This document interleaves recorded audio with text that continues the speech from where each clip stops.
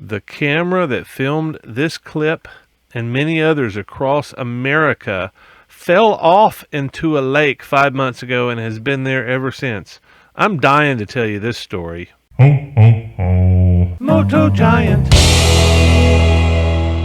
Flash came into my mind. It was a flash. It was a flash. Came into my mind, and I realized I sure could use that GoPro that's at the bottom of the lake that I dropped in February. I dropped my GoPro, the only GoPro I've ever really liked. It was this really cool GoPro Session, and I dropped it in the lake. I was out kayaking, and I had it mounted to the bow, and it's probably the only sticky mount that I've ever lost, but it was sticky mounted to the bow of the boat, and I pushed the bow. I don't want to say inadvertently, I just wasn't thinking, but the bow went under the dock, popped the GoPro off, and it went straight into the drink, and that damn thing has been down there since February. And I've made, well shit, there's my turn right there. I made several attempts to retrieve the camera before. Maybe this is my turn. I thought this was my turn back here. So I've made several attempts to retrieve this camera. I made one attempt the same day. I just realized I went back and looked at the video.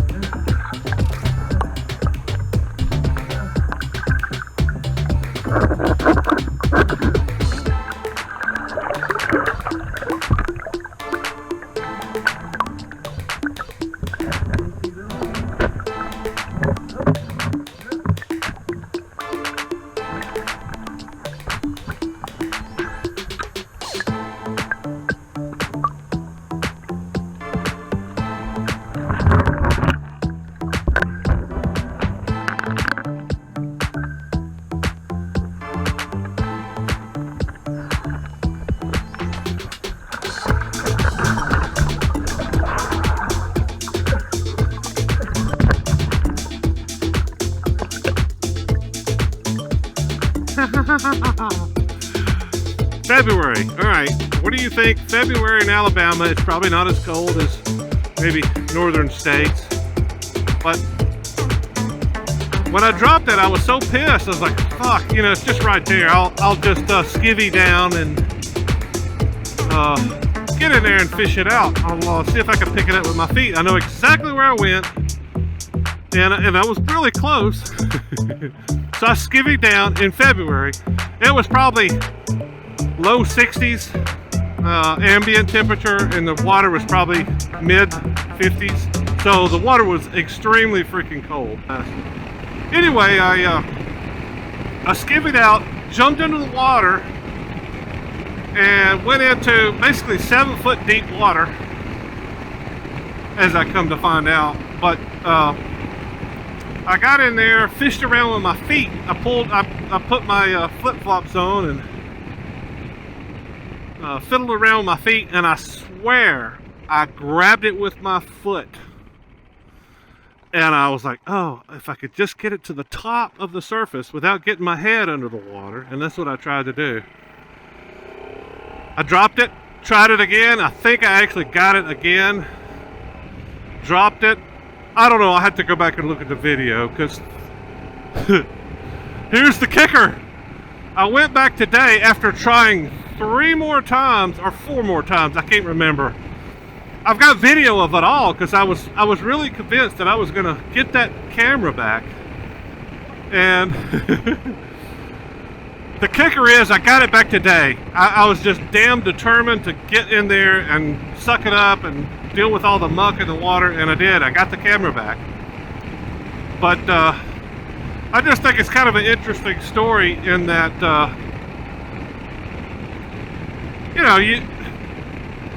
I'd said several times, on several attempts, I think I made 3 attempts.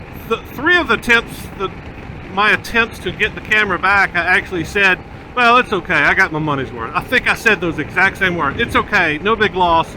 Sure would like to have the camera. So you want to hear a funny story? I don't care if you want to hear it or not, I'm going to tell it.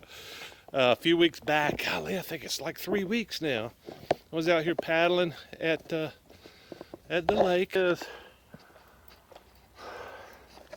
feel like this camera is paid for. I want to come back and get it just because I think it's interesting in the footage and all that. Man, this is blackwater diving. This is the thing that has always terrified me. I have dove in the Gulf and it was basically blackwater diving, and I was out there with my wife at the time. You know, that was fun, whether or not I retrieved the camera. Anyway, I think that's where I left off. Walking up the ramp. Has killed hundreds. I bought that camera, 2013, so it's a 7-year-old camera. 2013, 2014, I think. Yeah, I bought that before I lost my Sony. Again, lost it in the water, lost that. One of the best action cameras I've ever owned. Today I was pissed and I was like, you know, damn it, I really want to have this camera back. I love this camera, one with a decent amount of battery life, and I thought about that. I was like, I need to go get that camera. Well, at this point, as we're talking, the camera turned on. I pulled it out of the water. It's been in there since February 2nd.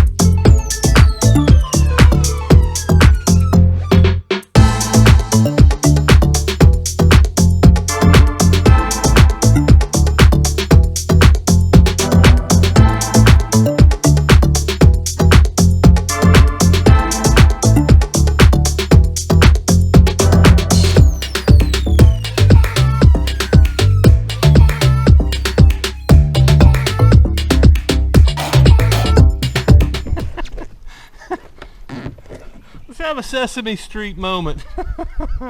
What can we learn from this incident?